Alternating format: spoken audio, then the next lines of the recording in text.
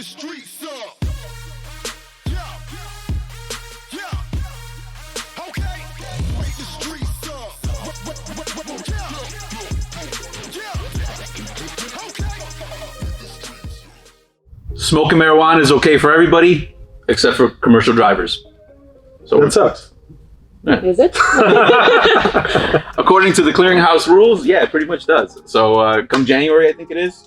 January 2020, clearinghouse is open and it's good for all. CDL drivers have to be enrolled, and it gives employers in FMCSA and DOT to see their real-time picture of any drug test violations for any CDL drivers. Right. So pretty much they're just basically going to tighten that up, and they're, DOT will take the reins on that and control visibility to all violations. Right. But we're not here to talk about that too much as far as how it works. I mean, we'll touch that, but getting caught, man, like that's one of the things too. Like, who are, So getting caught. First of all, don't get caught. Second of all, I think if you already, I think this is a decision that you have to make as a truck driver, because if you cannot see past not getting caught, it's not going to work. Because I'm not sure if I knew this when I drove a truck myself, but now that that we all see how it works from the other side and the challenges of that, I was even thinking myself, like I don't smoke weed, because if I do, I would be hiding under there somewhere. but so I kind of, this is not my thing, and I used to think, it's unfair. People in Colorado can use the how they call it, recreational, marijuana. We can smoke that, but not the truck drivers. As a matter of fact, I think some of our guys actually asked once, like, about that. I think. Yeah, because everybody. The guy that I showed the inspection, a friend of mine. Not a friend of mine, someone I used to know. Somebody. Right, so that's what's happening. So I mean, some guys are getting the medical marijuana card now to use it, but at the end of the day, you have to know the game you're playing and the rules of engagement, and you're not going to talk your way out of it once you get caught up. And so that's the bottom line. So it's not a morality check of whether you should or shouldn't be doing it, but just know that the consequences are the same, whether it's justifiable or not. And I mean, all those things could be real. Like, I mean, just share. We won't use any names, but I mean, share with us like what that guy got caught with at the scale house. I mean, that's. Yeah, one of the guys was driving a truck, and he passed the scales. So the DOT pulled him over. They caught him, and at the time when they caught him, they pulled him over, he was smoking marijuana, and he admitted he smoked it, and he admitted he has enough marijuana to get a felony. That's what's happy Thanksgiving for everybody. So there you go. I mean, disclaimer: we don't know this guy. Yeah, it's not we don't know this guy, but I think the biggest challenge, and I think it's kind of, again, it's unfairness, because socially it's so acceptable everywhere and legal in probably by now majority states, I would assume. But again, not for you as a truck driver.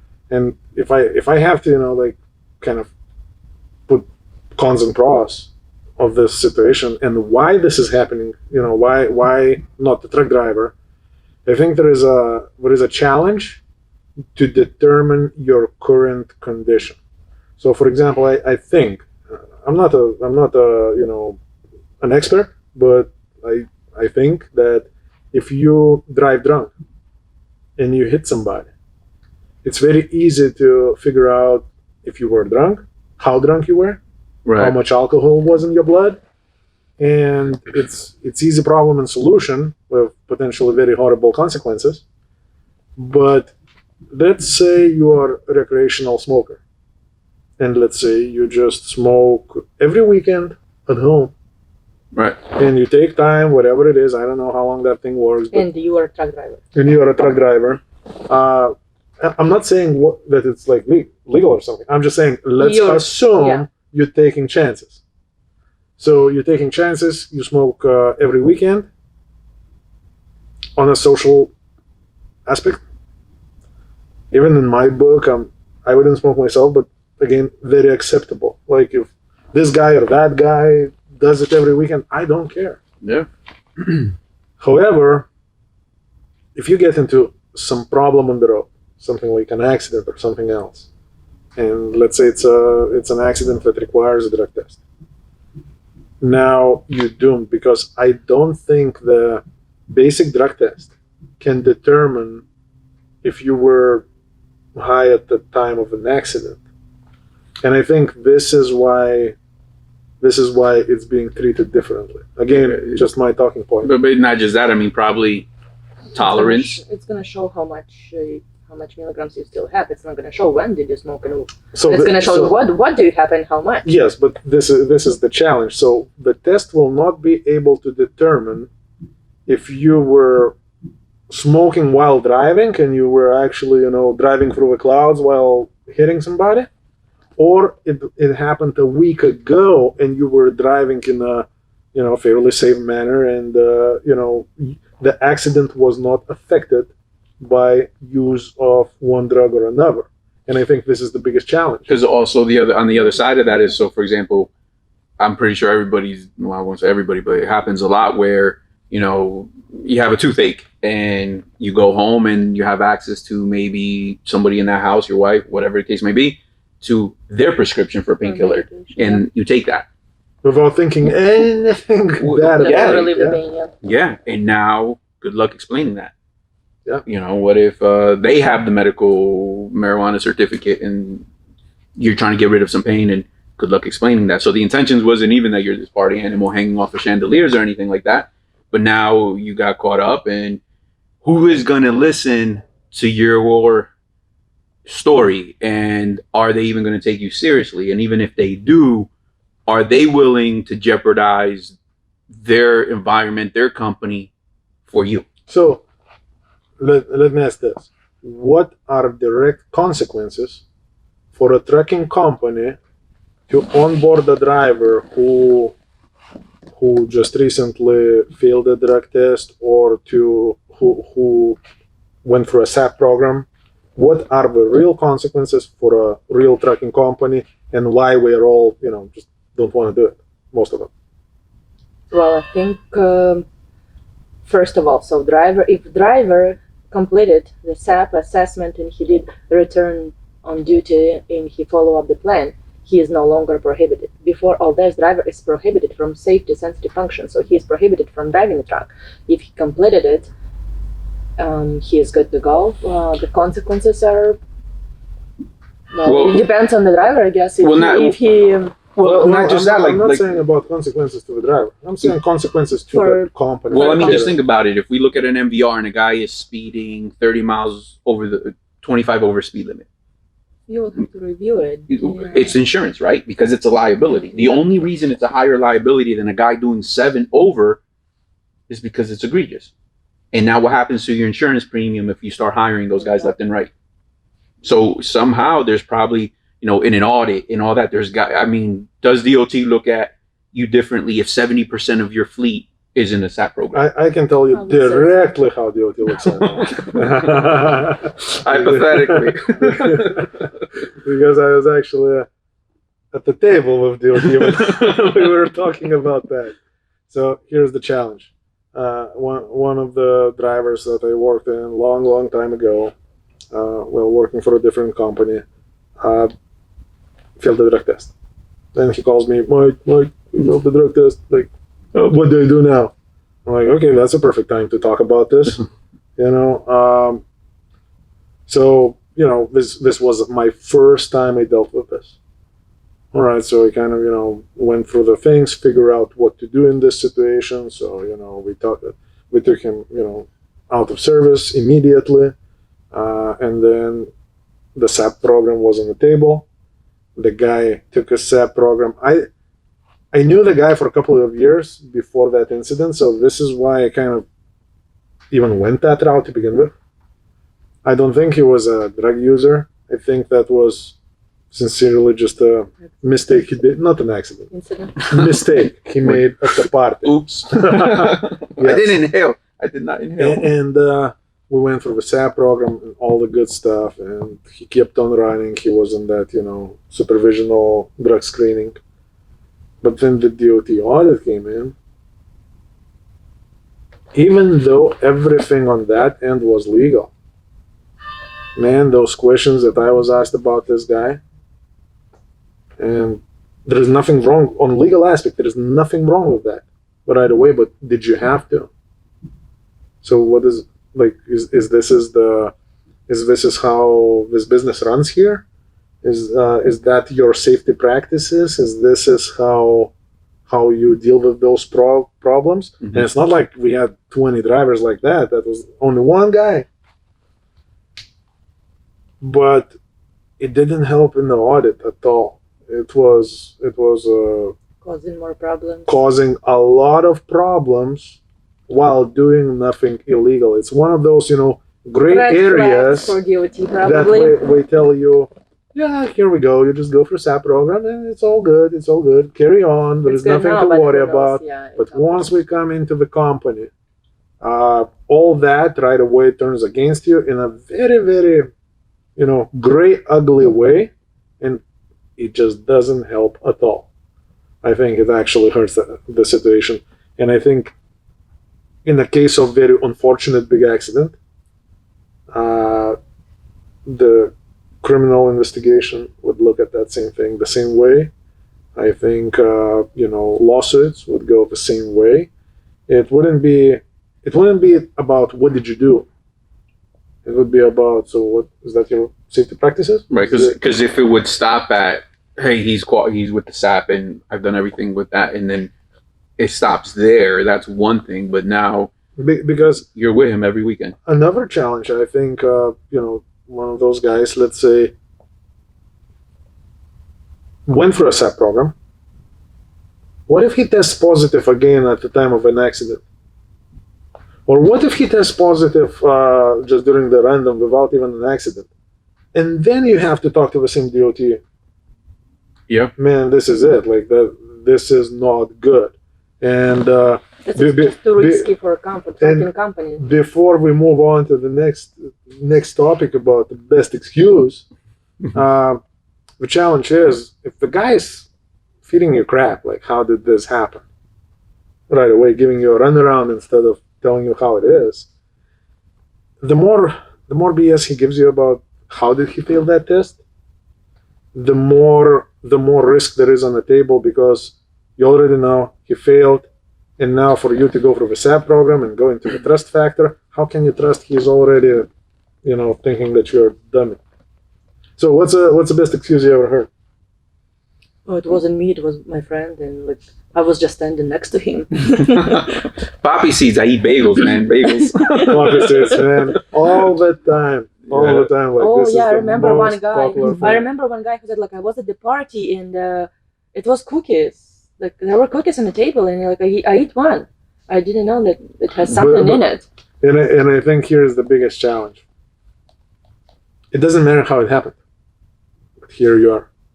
Yeah. And at that it's point, done, yeah. it doesn't matter what you say.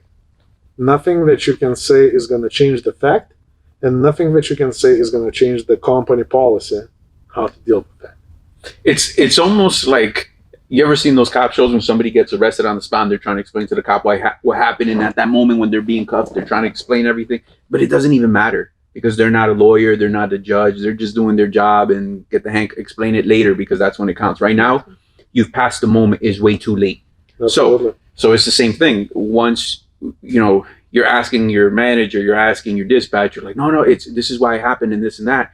It's too late because that person doesn't help. Yeah. Yeah, the consequences that are going to come with that, if they're willing to accept or take that, I mean, there is no such a thing okay, your excuse is accepted. Okay, you're no longer have a positive test. It's yeah. And it can be a good guy, partied one time. We're not saying that's bad. I'm not saying it's good. I'm just a decent guy. But the consequences are the same for that guy as it is for the guy who I don't know. Smoking while driving. Yeah, And Tony Admitting it, Montana. admitting it. I even think from liability perspective, you know,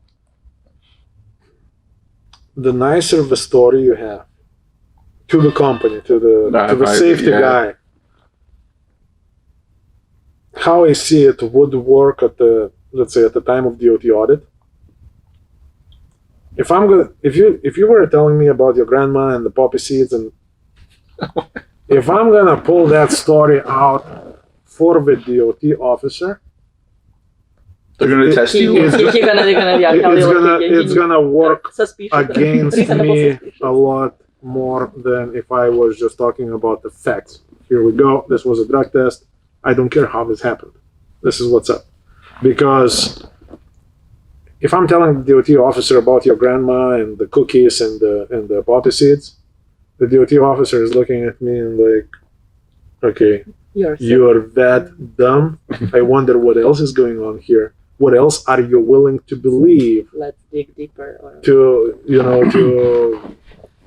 do whatever you're doing? And then at the end of the day, like it's like, the excuse doesn't matter. No matter how elaborate or whatever it is, you still now have to go through the process to stage 2, to stage 3, to stage 4. So it doesn't even matter. So saying that elaborate story is the same as it happened at the end of the day. So, but we get caught up in it. So, and then you know, somebody can become in their own mind the victim. Yeah, Somehow it's everybody else's fault. and after all, I think, again, if you're in trucking, you're there for a reason. Like I think you have a choice to make. Yep. Because those two things we just not going to go together. It's probably never gonna work. And for you to start building, you know, your career as a driver, or even starting a business as an owner operator, you know, come on, like you can't be putting all this money down for a truck, investing all the money, investing all your effort, and putting your family's future and your business future on just a little weakness of that you just want to smoke a joint every weekend. Yeah. And knowing you're going for a pre-employment Yeah. at some point pretty soon. So Pre-employment or randoms, you know, randoms are here, and pre-employment at least you can predict, right? Yeah, But the random thing when you're already employed, and you're selected for random test. but even then, the worst thing that's gonna happen, you're just gonna get fired. But if you're going for a drug test once, you know, in a fatal accident, that's a real deal. And again, even random, yeah, because for somebody who's running their own business, like their own truck, for an owner operator, just look at your bills at the end of the month yeah. and think again, without ability to drive a truck and to run your own truck, to run your own business, what do you need to do to be able to sustain that lifestyle that you have? It's gonna be, for most of us, it's gonna be nearly impossible. Yeah, and I guess if it means that much to someone, then look at a different industry that it's not a big deal. Yeah, like marijuana growers. There you go. Just grow a plant. Drugstores, Yeah, right? like, you know, mix hobby with work. The income, make your hobby income. Yeah, and here we go. So you have a good startup plan, huh? Yeah. Yeah. So that's to answer the question. It's not so much. It's not about right or wrong, whether a person should why they do it or why they don't do it. But at the end of the day, what are the consequences to your business partners, to the people that are around you that in one way or another help your business grow? Do you really want to be? Do carriers really want to be in front of an audit? You know, DOT explaining. Yeah, absolutely. Explain So, situation. Your occupation and your possible lifestyle. Like in the yeah, future. so you got to make you got to make decisions. You know, you got to make sure that you don't drag other people through your decisions, whatever we are. You do you at the end of the day. We're not here to tell you what to do and how to do it. The only thing that I can say, don't fail no drug test. Take And responsibilities for your decisions. yes, absolutely. And you know what? Trucking is a hard job enough. So, you know, like, just make sure your priorities are right. Don't struggle for something that you can lose just like that. And other than that, if you guys like the videos like this, please make sure you like, share, subscribe.